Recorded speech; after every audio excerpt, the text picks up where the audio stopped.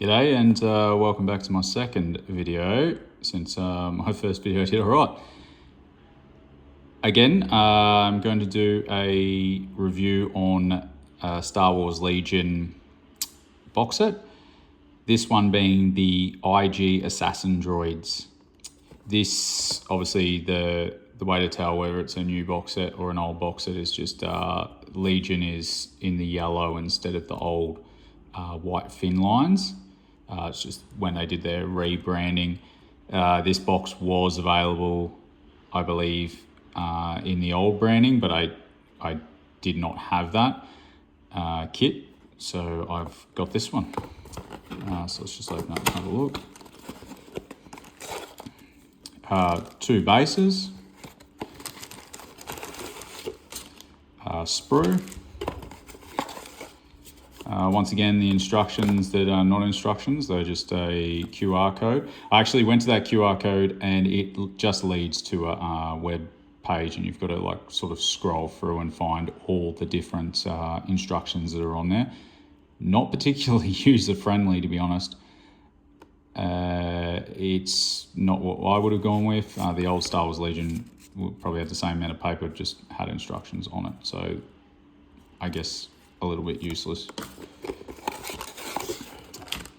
But I see that because they've done the same thing again in this set, which I guess is just standard for all the sets now. The reason why they've done that QR code like that will just be so they didn't have to print, I guess, 4 different versions of it in different languages like what they have done with the cards, which I would presume again. So what we have is we have IG-11, who is, of course was in Mandalorian, and IG-88, who was made a brief appearance in Empire Strikes Back as one of the bounty hunters on the on Darth Vader's Star Destroyer. But if you're really old like me, you'll remember him from the game Shadows of the Empire, where you play as Dash Rendar. That's really showing my age, but that's it. There's just some programming cards for IG-11, a couple of order cards, and that's it. So no weapons options in this. The only option cards are the programming cards, which are for IG-11. Obviously says programmed. This one obviously does not. So the weapons that already come on it, there's no extra options to equip different weapons. I guess they'll be both good in their own ways, and obviously IG-11 can be used with the Rebels and Empire, where IG-88 is just for the Empire, because the IG in the old lore were only created after the Clone Wars, so of course they wouldn't be available to the Republic or the CIS. All right. Also got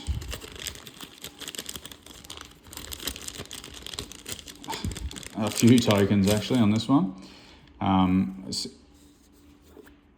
There's tokens obviously for IG-11 and for IG-88. I guess they just spread across both sets.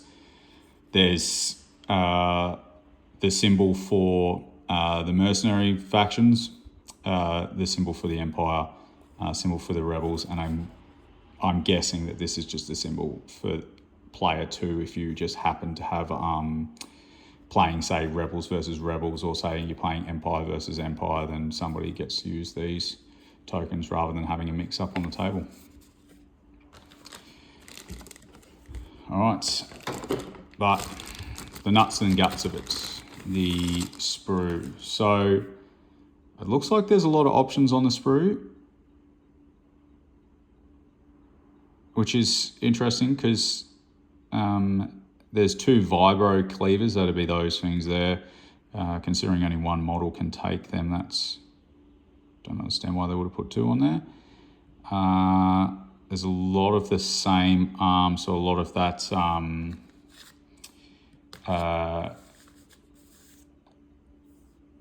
DLT, I think there. Yeah, DLT, which is the larger weapon, and then the E11, which is the smaller weapon. It's just different arm poses. Looks like there's a couple of different leg poses. Interestingly, there is 3 different bodies, so double bandolier, single bandolier, and no bandolier. It is almost possible to build 3 of them from this kit, but there's only 2 sets of feet and 2 heads, which is an interesting choice. But let's assemble them and see how we go.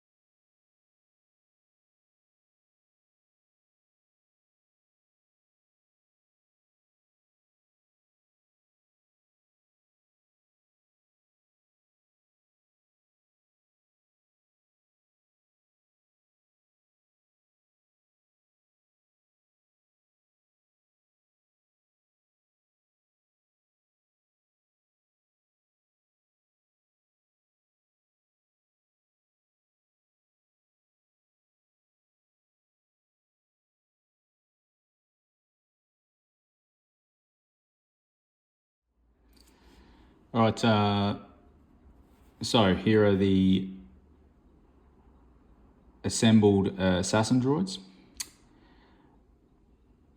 The kit in the box comes with a few different options, but it's the options are more, you could have 2 sets of the standing legs or 2 sets of the walking legs.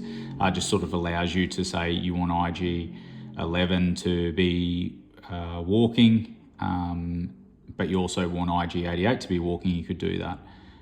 What I've done is I've built IG-88 with the standing and shooting legs. I've just posed it, so I use the outstretched arm, and then the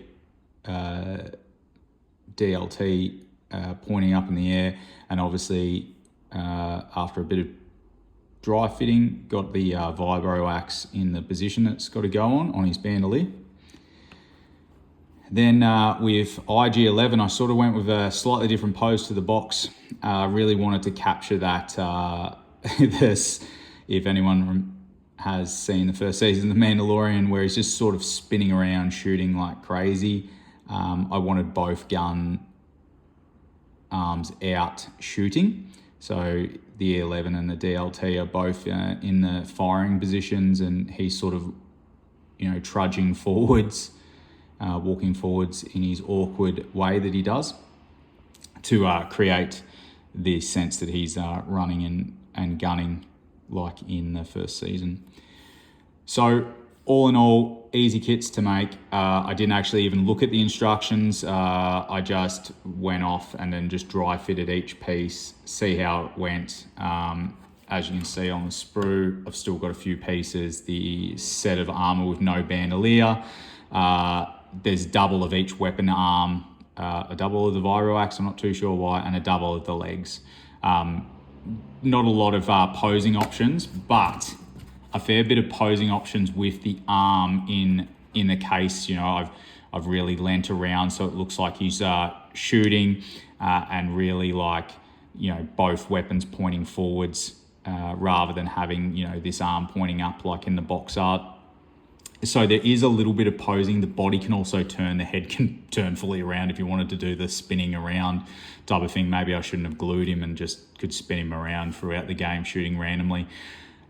you can do that. So that while there isn't a lot of options like adding extra weapons or anything like that, the kit's actually pretty multi-part as in pose-wise, which is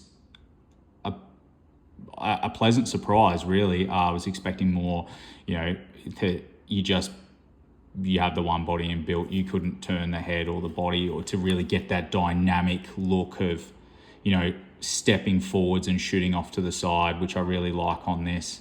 I really thought that they would have to look exactly like they do on the boxes.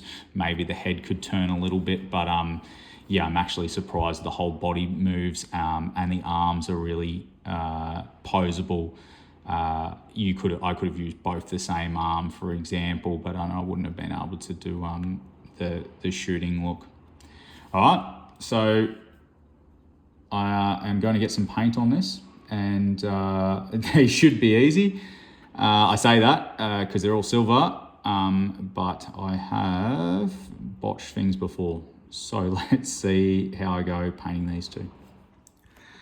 All right, so here we are. I have painted them. So if I time-lapsed, I'm trying to time-lapse today the build process. I didn't do that with the painting process just because I'm not the world's best painter. So I didn't want either people to think that's how you're supposed to paint and screw up their own models, or just nitpick me and say, what on earth did you just do? So I can show you, though, the finished tabletop quality. I'm definitely not going to win any painting awards with these, but here's IG-11. What I've done is I've just lightened up the colors a lot on the IG-11. He does actually have a bit of this like coppery bronze type of color on him. It's just I guess hard to see in the movie. I just sort of went to a picture reference of him to get those little spots of color. And apart from that, it's just a really light silver with a wash on it. I'm using a contrast on the weapons. One thing I like about Star Wars weapons is they're not always just silver. There's not a lot of gunmetal silver, just little bits on it.